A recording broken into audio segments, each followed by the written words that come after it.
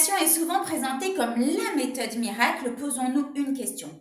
Et si on partait 6 mois en passant un mois dans un pays différent à chaque fois, est-ce qu'on reviendrait en parlant 6 langues?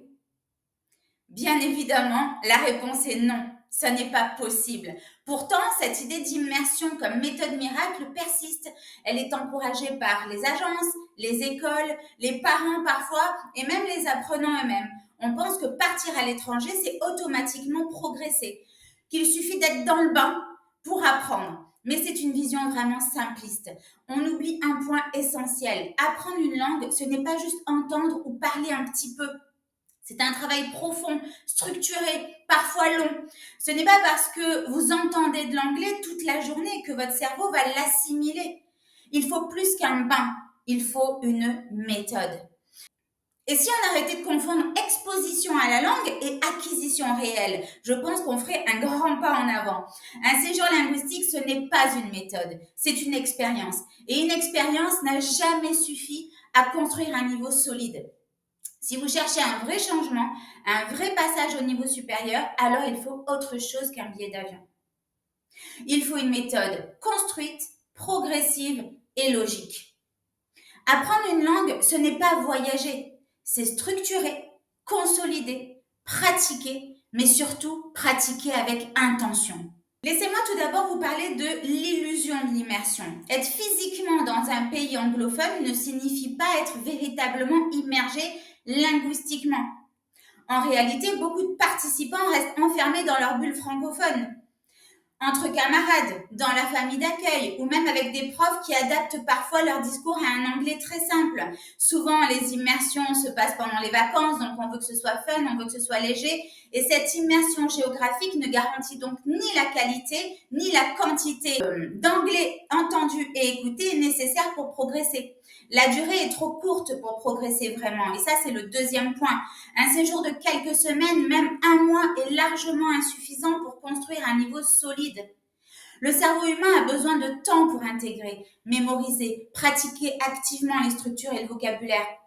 Sans continuité ni répétition, l'exposition reste superficielle et les progrès souvent invisibles ou vraiment temporaires. J'ai une personne qui est partie en Espagne. Vous savez que je suis également formatrice d'espagnol et qui devait commencer une formation là-bas et qui avait anticipé son départ pour pouvoir être en immersion, se sentir prêt pour commencer son année scolaire dans les meilleures conditions. Il m'a appelé quelques temps après être arrivé en me disant il faut qu'on mette en place un accompagnement parce que je n'y arriverai jamais. Pourquoi? Parce que c'est très difficile de créer des liens. On ne peut pas juste sortir dans la rue et parler à tout le monde et à n'importe qui sous prétexte qu'on veuille progresser. Il va falloir en fait créer des liens, mais pour créer des liens, il faut du temps. Et une fois qu'on aura créé ces liens, il va falloir trouver des sujets extrêmement variés pour comprendre et enrichir le vocabulaire dans tous les thèmes. Ensuite, il va falloir trouver des gens qui sont prêts à nous corriger à chaque fois que l'on fait une faute et être capable de nous expliquer pourquoi on a fait cette faute et comment ne plus la reproduire. Sinon, c'est inefficace. On va juste reproduire ce qu'on nous a dit, mais sans comprendre. Donc, la deuxième phrase qu'on va faire, elle sera fausse aussi, puisqu'on n'aura pas compris qu'il fallait appliquer une règle bien particulière. Donc, vous voyez, ça n'est pas possible. Troisième point, même si vous êtes en université d'été, il n'y aura pas suffisamment de méthodes et de suivi pédagogique. Contrairement à un apprentissage vraiment organisé, un séjour linguistique ne propose pas de progression claire, ni d'exercice ciblé, ni de correction continue. On mise sur l'auto-apprentissage et les interactions spontanées, ce qui est un pari quand même hasardeux, surtout pour des apprenants qui manquent encore de bases solides. Autre point négatif, les effets sociaux contre-productifs. La plupart du temps, quand l'on part, on se retrouve dans des classes où il y a des gens qui viennent du monde entier. Et ces personnes-là viennent toutes avec leurs difficultés, leurs lacunes, leurs failles et leurs fautes. Et à force de passer du temps avec toutes ces personnes-là, vous risquez aussi de vous approprier leurs erreurs, ce qui finalement devient contre-productif. Cinquième point, le coût est disproportionné par rapport aux résultats. Apprendre une langue, c'est toujours un investissement financier, ça c'est une certitude. Mais il faut que le retour sur investissement soit vraiment correct pour qu'on n'ait pas l'impression d'avoir perdu de l'argent. Et si on n'a pas de méthode structurée, logique, concrète, qui permettent de mettre en place des automatismes sur du long terme, on aura malgré tout l'impression d'avoir quelque part perdu de l'argent et du temps. Je ne veux pas que cette vidéo soit trop longue, donc je ne vais pas m'éterniser sur les exemples, mais j'en ai de nombreux à vous donner et je vous les donnerai d'ailleurs au fur et à mesure parce que je suis sûre que vous continuerez l'aventure avec moi.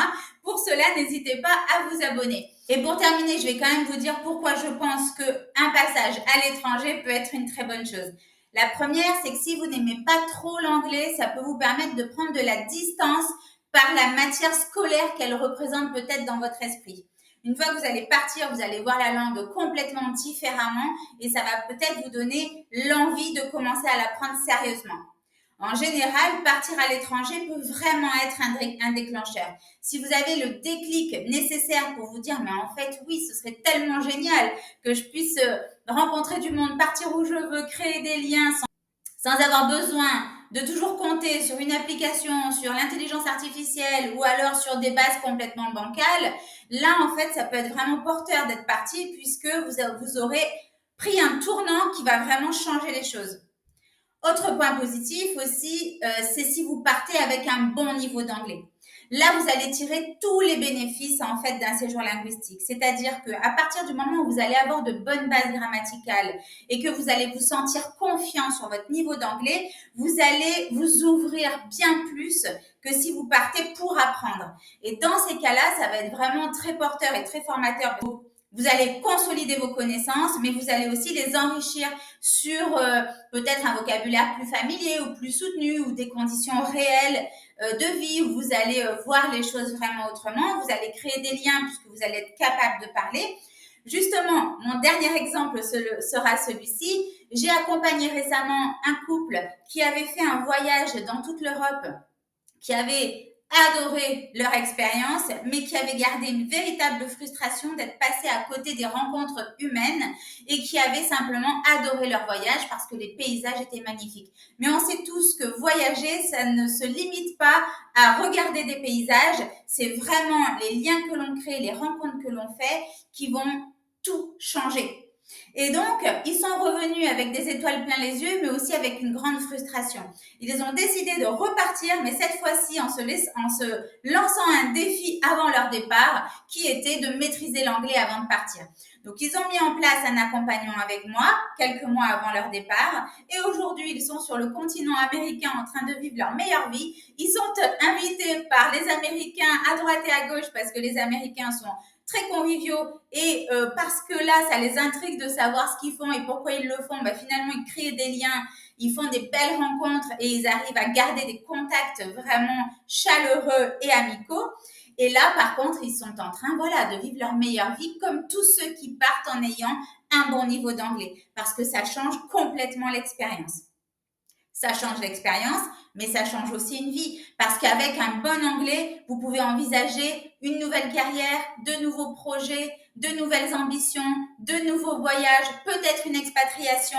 Vraiment, c'est beaucoup plus que ça, un accompagnement en anglais. C'est beaucoup plus qu'une compétence. C'est beaucoup plus qu'un loisir. C'est un tournant. C'est un virage dans votre vie. Et ce sont des horizons nouveaux qui s'ouvrent.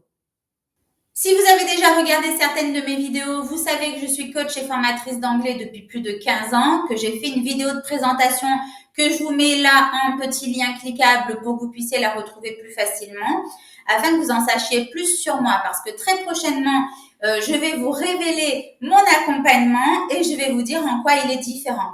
C'est pour ça que c'était important que je vous fasse cette mini-série de vidéos pour que vous compreniez bien toutes les méthodes actuelles et pourquoi chacune ne fonctionne pas.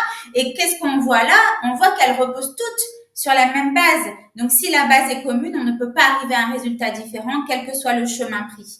Donc là, en fait, ma méthode va à contre-courant. Mais je vous l'ai déjà dit, elle est exigeante, elle demande de la constance, de la régularité, de l'implication et des efforts. Par contre, elle est efficace. Donc, je pense que vraiment, ça vaut le coup de s'y pencher.